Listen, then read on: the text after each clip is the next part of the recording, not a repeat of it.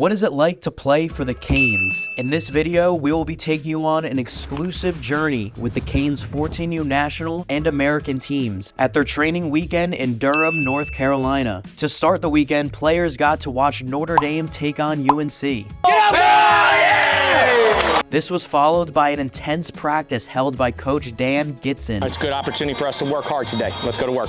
Come on. And to finish off the weekend, 2 scrimmages held at the historic Durham Bulls Athletic Park. Stay tuned to watch all the action from this electric weekend with the Canes. Do you have a sketch impression? Like, what's your best sketch impression? What's up, brother? What's up, brother? All right, what you've done with the name on the back of that jersey up until now has gotten you to this point, okay? You see this bus and you see the things that we're going to do today. A lot of people think that that's the end. This is just the start. It's that when you walk on this thing at 14 years old, you see the things that are ahead of you. You see the sacrifices that have been made to get to this point right now. The lessons that we start today, the growth that we start today, is things that we hope you're going to be able to take for the rest of your lives. I'm really, really proud of what we've gotten to do so far. I'm really excited for what we're going to do in the future. All right, let's have a great day. Come on. Yes, sir. Let's go.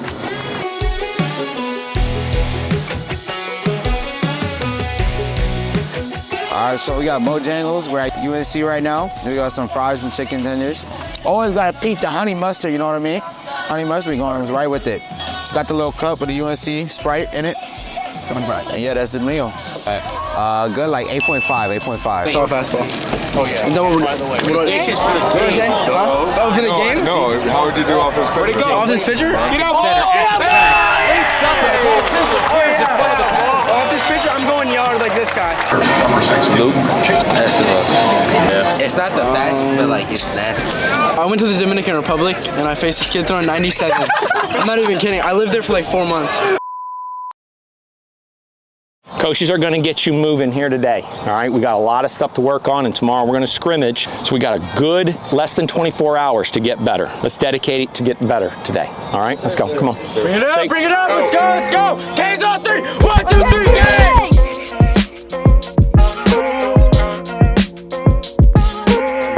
As far as blocking, boys, game number 1 is just keep the ball in front of us, right?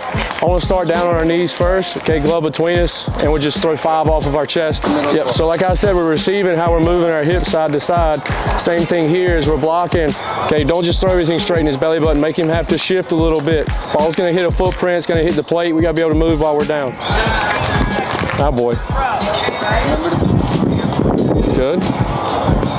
Start up in your 2 stance for me, just for this. Yep. And then your glove and your hands to your left, and then let your body shift behind it. Perfect. But you see what, like Tito said, like we're trying to get ourselves to train to go that way, okay? Because the last thing we want is to be late with our glove and get 5 hold. Same thing, let's go to the right. Good. Set the angle down. A little bit more to the right. There you go, and then follow it. Good. That's the best one. How do we communicate with each other? Ball, take the tape. It's got to be short and sweet, right? Ball. That's perfect. Something short and sweet. We don't want many syllables. A lot of guys, I got it. We don't want that. Ball. And you want everybody in this park to know that ball's yours. We're going to have a short fly ball. Infielder's coming out hard. You're coming in hard. If he don't hear you, bad things can happen. Ready? Go.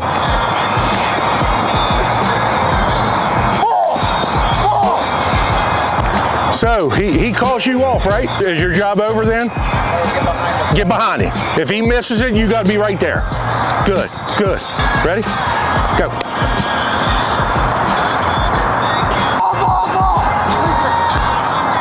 Try to get behind it and work back into it, right? Why'd you call that? Don't call unless you're sure. You got to be sure. Because you're looking at the ball. Only call the ball when you're certain you're going to get it.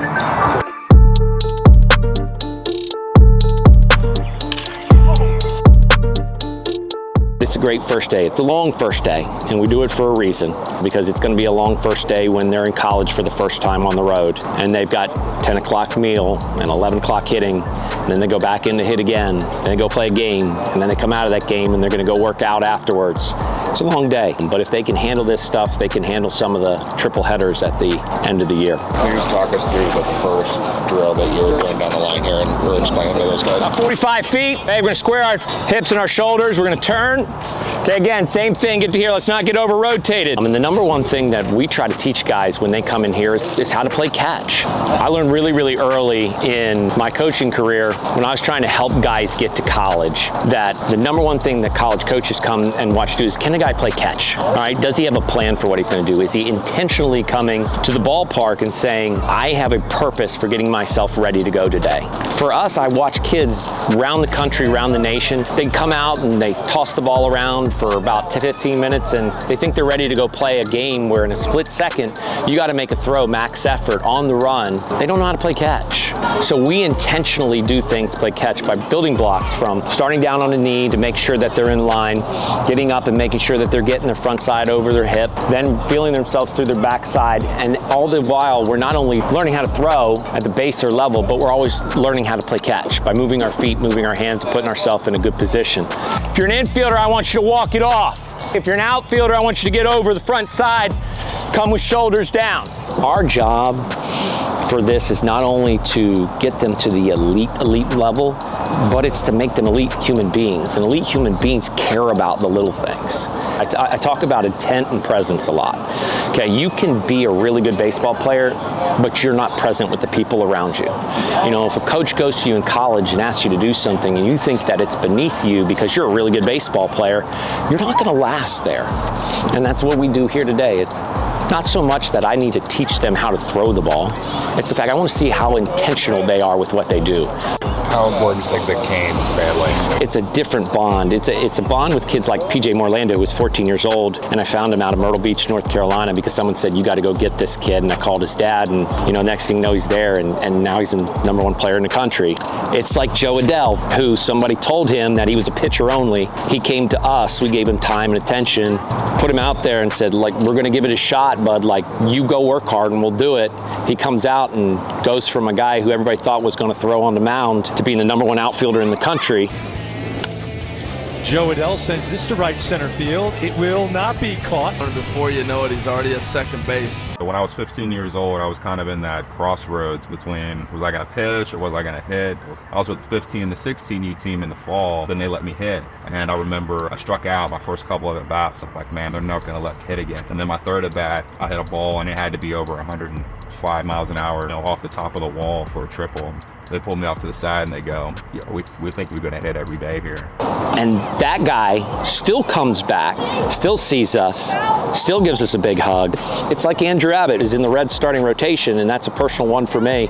Andrew drove 6.5 hours from Halifax County to Ashburn, Virginia. Came to a tryout throwing 72 miles an hour. Shook my hand, looked me in the eye, and I said, I don't know if you can throw it through a pane of glass. I said, but you throw strikes and you drove 6.5 hours and you can swing it a little bit and we're gonna give you a shot. The only thing I said when he got drafted was, I said, just give me a call if you make it up to the big leagues. And I was sitting in my son's championship game, the phone rang and I go, you gotta be kidding me. He remembered that thing because it was valuable, because there's people that got behind him. And when we put up the hashtag CANESFAM, it's a real thing. That's what CANESFAM is.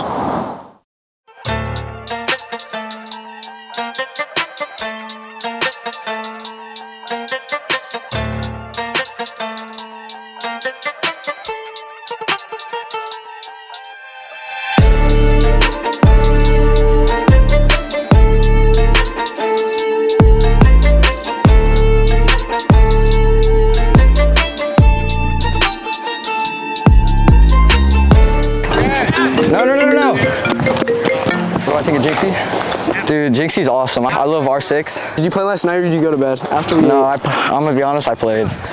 Bro, what? What do you think of the high socks? Like, do you want your pants to be above the knee or like do you like it lower?